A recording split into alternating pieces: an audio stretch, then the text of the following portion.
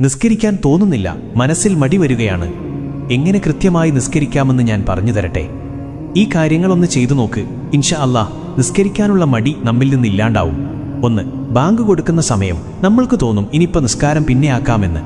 ആ ചിന്ത വരാതെ നോക്കുക. അങ്ങനെ വന്നാൽ ഉറപ്പിക്കുക ശൈത്താൻ നമ്മെ പിഴപ്പിച്ചുകൊണ്ടിരിക്കുന്നു എന്ന്.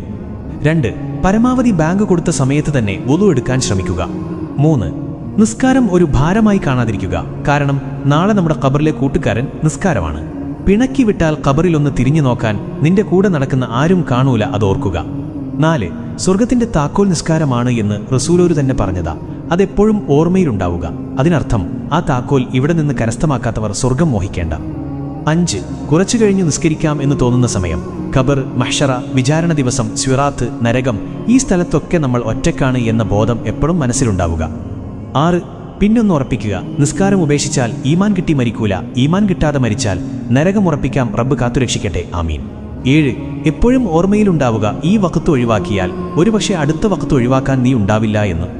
നിസ്കാരം ഒഴിവാക്കുന്നവർക്ക് ആയുസ് കുറയും, ദാഹിച്ചു മരിക്കും, ഖബറിൽ തീ നിറക്കപ്പെടും, സ്വർഗത്തിന്റെ വാസന പോലും കിട്ടില്ല.